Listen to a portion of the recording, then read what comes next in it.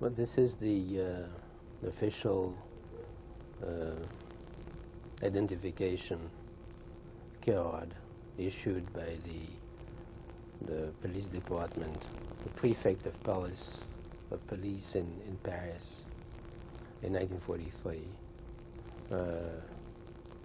Originally they had the word Jew stamped in red, but people were able to erase it by various methods.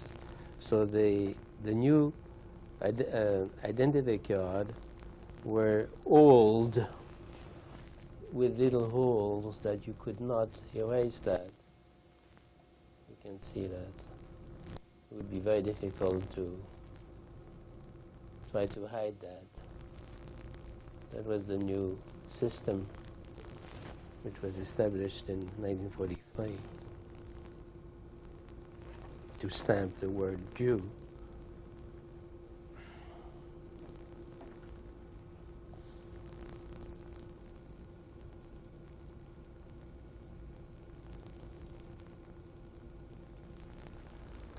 Flip it just for a second.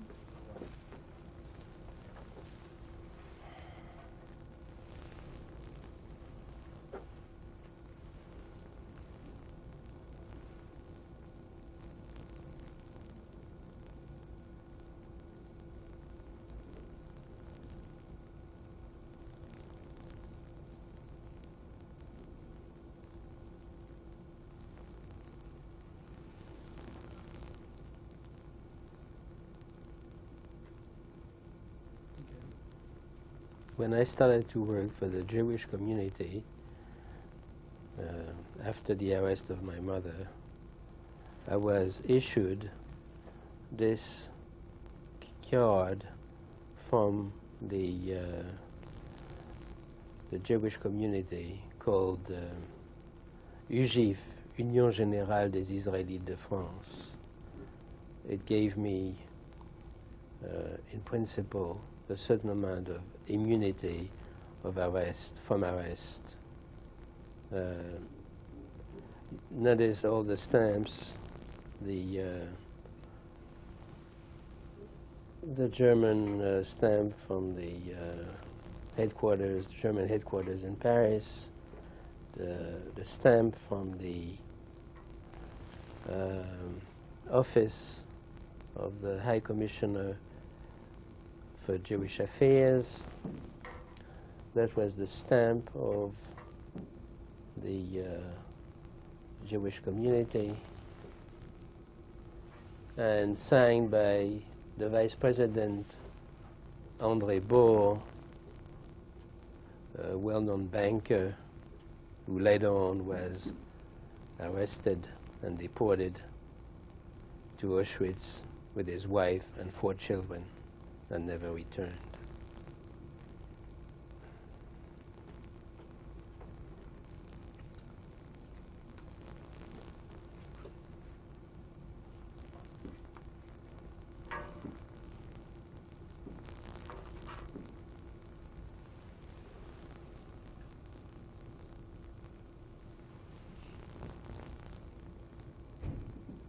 Also, you might want to, if you can later, just get in a little bit on the face, on the reverse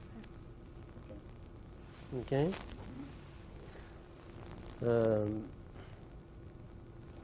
That is the validity of the card, which is stamped every 3 months, and it goes on to the 31st of August 1944. Actually, Paris was liberated on the 25th of August 1944, but when it was renewed in May, that was the last time it was renewed, and they stamped it.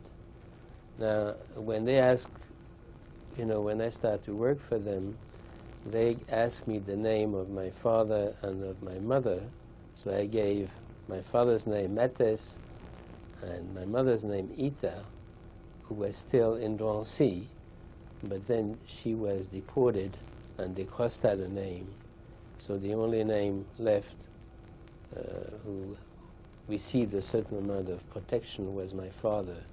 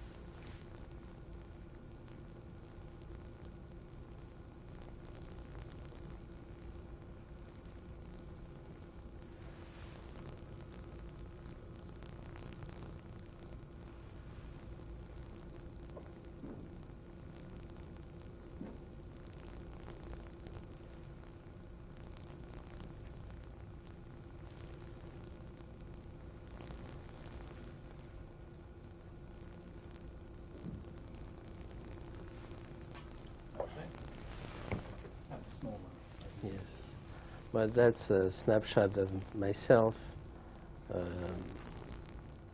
taken in 1944. Excuse us. To watch. Hello. Hi, how are you? Sure, sure. There's even a chair for you. All right. I don't think we have don't met. think we It's did, but nice to meet you. you. It's nice to meet you. And this is Steve, Hi. and I'll introduce you to Mr. Hunt. Mr. Hunt, this is Doris Reichbach. She'll be. Nice to uh, meet you. Yes, I know. Okay, I'll be back in. Okay. Okay. Okay, just give that explanation again. Oh, yeah. Well, this is a snapshot of myself. I was 17 and was taken in Paris in 1944, before the liberation of Paris.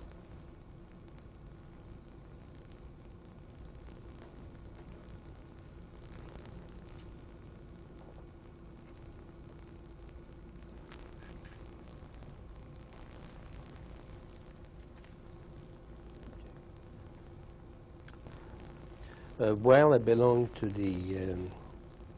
while I worked for the Jewish community from 1942 to 1944, I belonged to the Jewish Boy Scouts.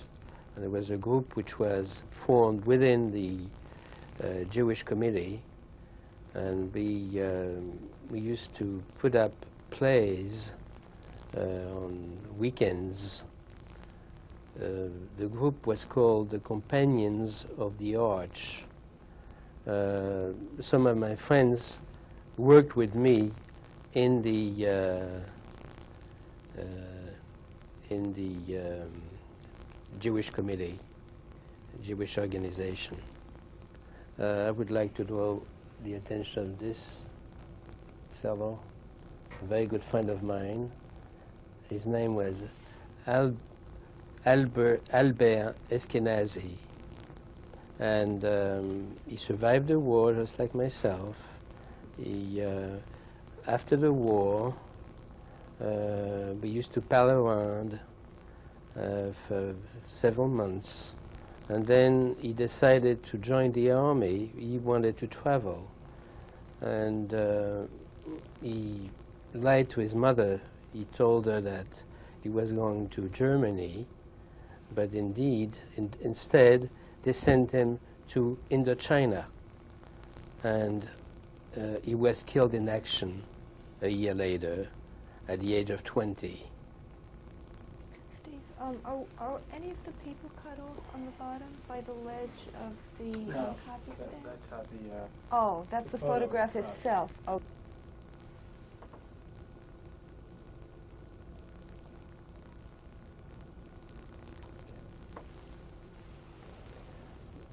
I'm here, just smiling, as usual. Right here. I was 17 then.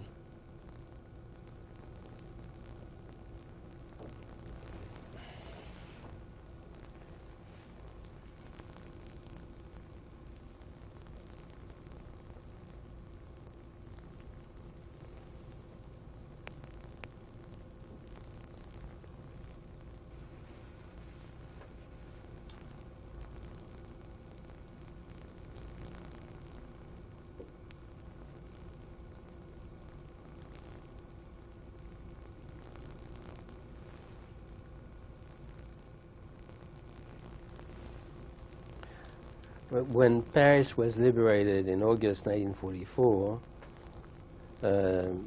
shortly after, in September, the American Joint Distribution Committee arrived and found me in the same offices where I used to work as a mail clerk for the Jewish Committee during the occupation.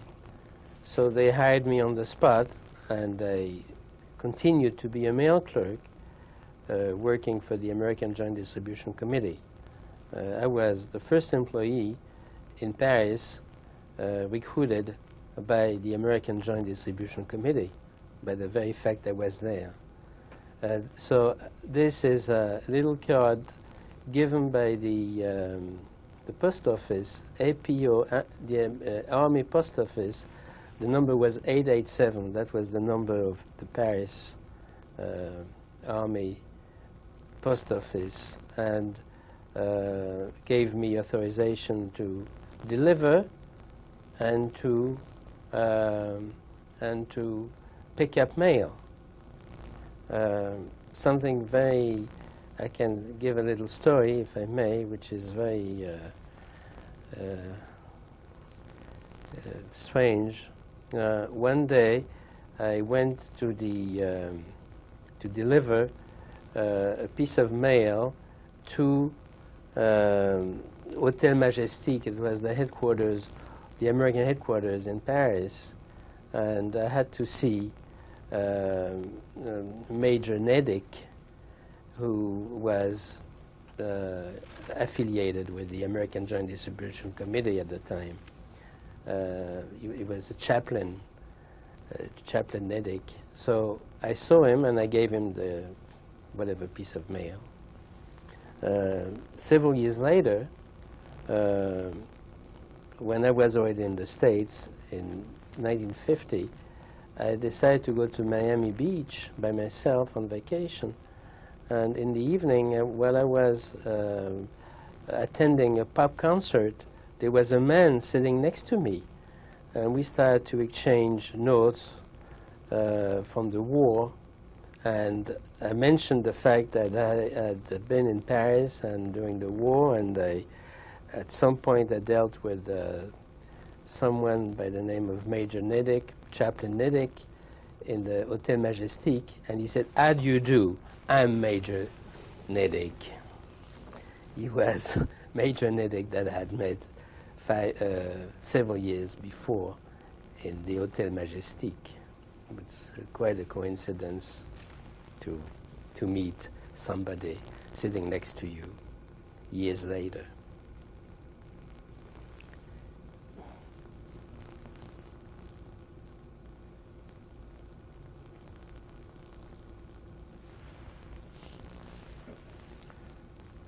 Now it's after the war. I'm still working for the AGDC in Paris, and one of the French director was getting married, and he had invited me to his wedding, and I admitted that I didn't have any proper clothing, so he lent me one of his suits for me to attend his wedding, and so I took this picture in 1945.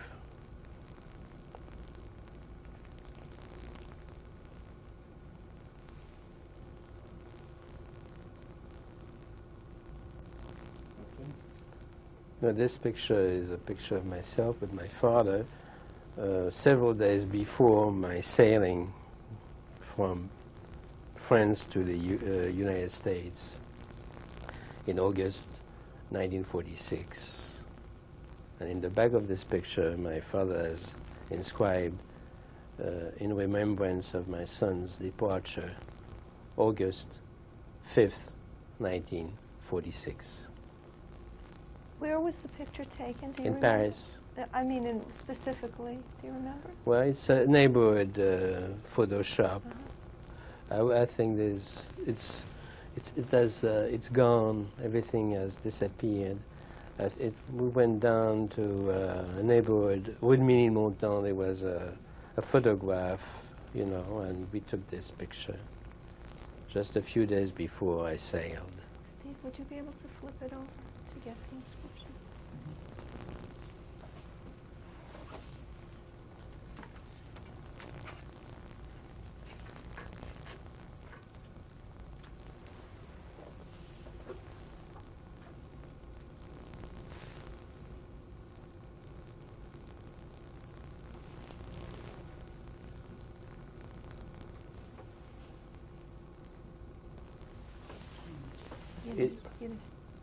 Yiddish.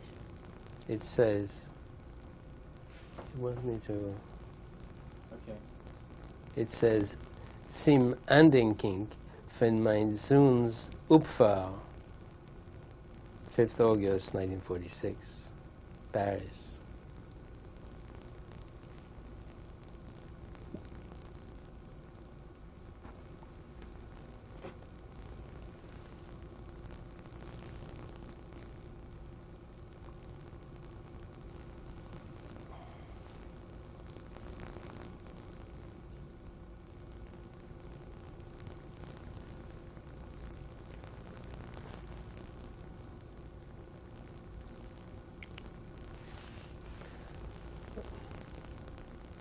This picture was also taken around the same time as the other picture.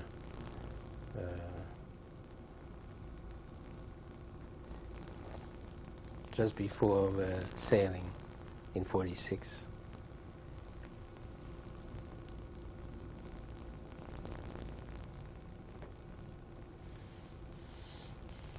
Okay. Well, I sailed on the Liberty ship, the SS Washington, on August 5th, 1946, and this is the assignment to not a cabin. There was no cabin. It was like a dorm where there were 12 people, and they even misspelled my name. They already Americanized my name to Arnold.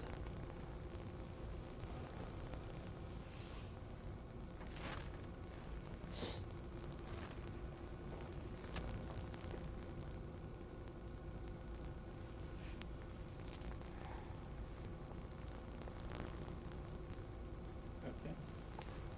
But this is a picture of myself at the end of 1946. I'm already in the U.S. It's a picture taken in Astoria, where my uncle used to live, my father's brother. Well, I'm already the American look, and I'm 15 pounds heavier.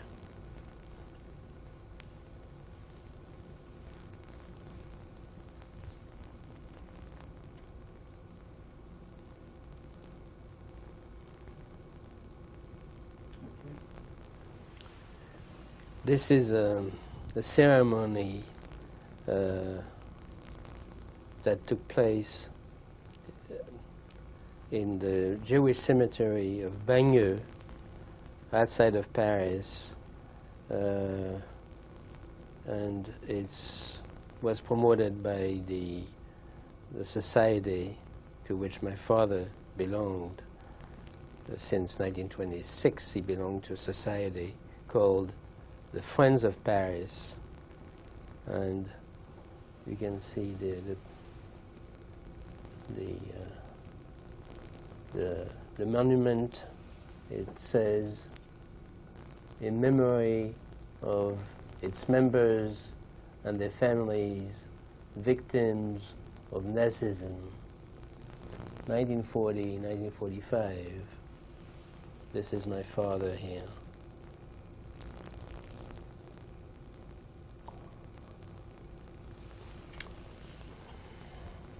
I think you could get a shot of just that corner with Mr. Hanfus's father and the plaque as well. I guess we can't get. Oh, okay.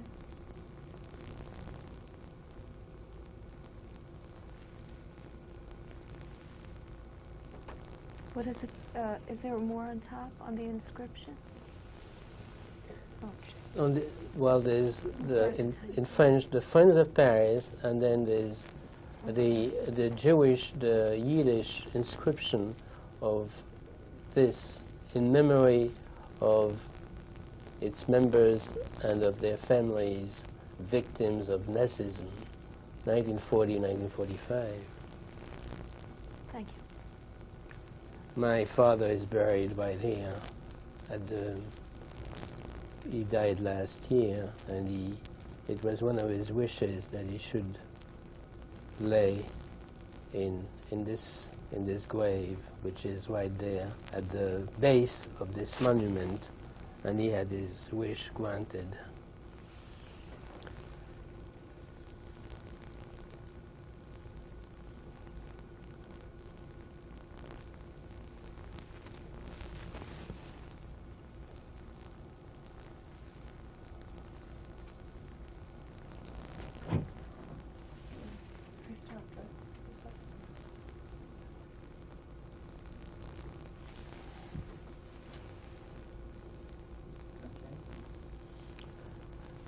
this is a joint tombstone erected in the memory of the members who died in the concentration camps, and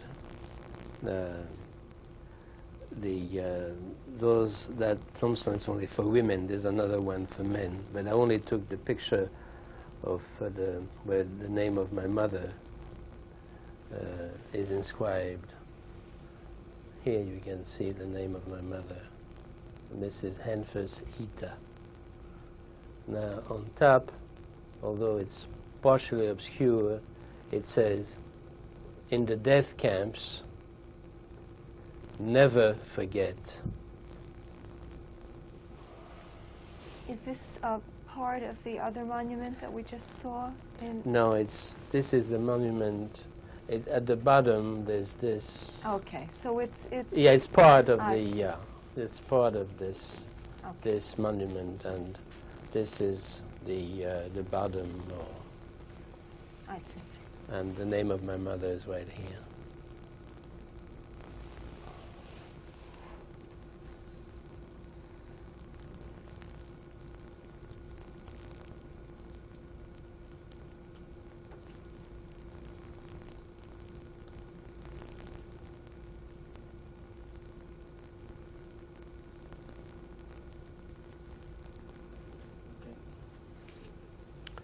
In October of 1985, there was a ceremony celebrating the foundation, the founding of the United Nations, the 40th anniversary, and honoring those who had served with the UN for 40 years.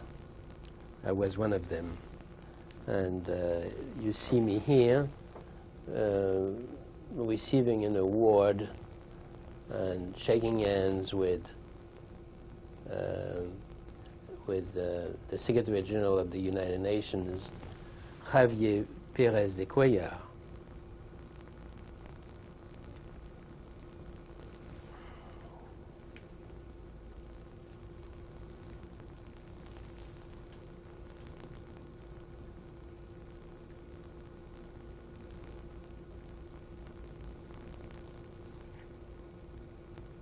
Maybe you should do it, right, take a photograph like this, and then a shot just of the text, or just of the masthead, and then just of the text. While Mr. Hanfus speaks, he can be describing the text.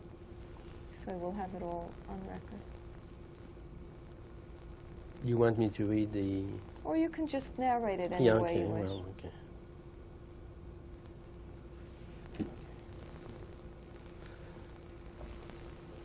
At the end of May of 1987, I retired from the United Nations. It's a mandatory retirement at the age of 60, after 41 years of service with the UN. And the Secretary General of the United Nations, Mr. Pérez de Cuellar, was kind enough to send me this letter.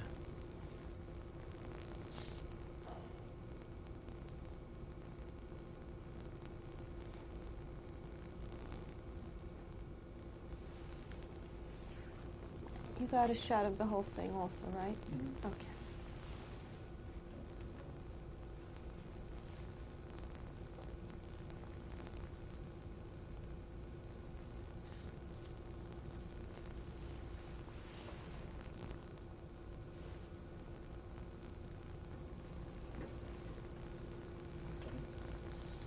Well, this is my daughter Janine, who graduated from college in February of 1990.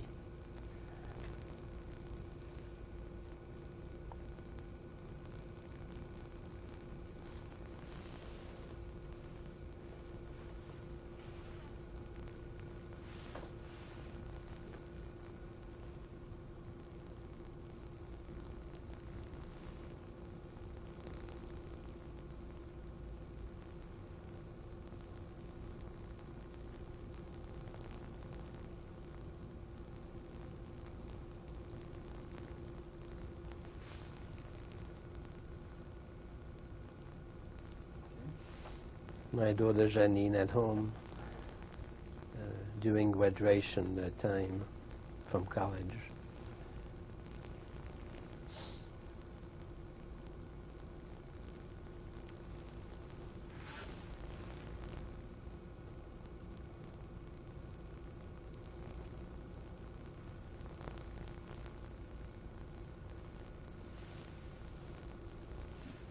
This is graduation day for my daughter, Janine, February 1990.